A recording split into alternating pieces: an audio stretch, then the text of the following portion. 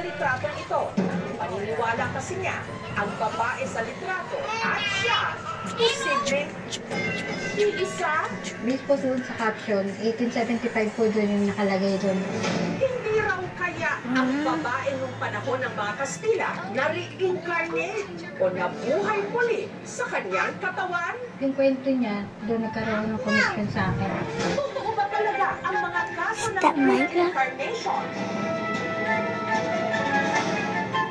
Kinda realistic.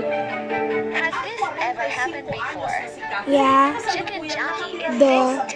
Sa Laguna, bata pa lang, may mga bagay na raw siyang hindi maipaliwanag.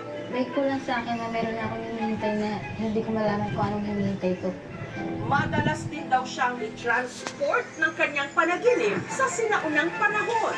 At lagi raw siyang dinadala nito sa isang makalumang bahay.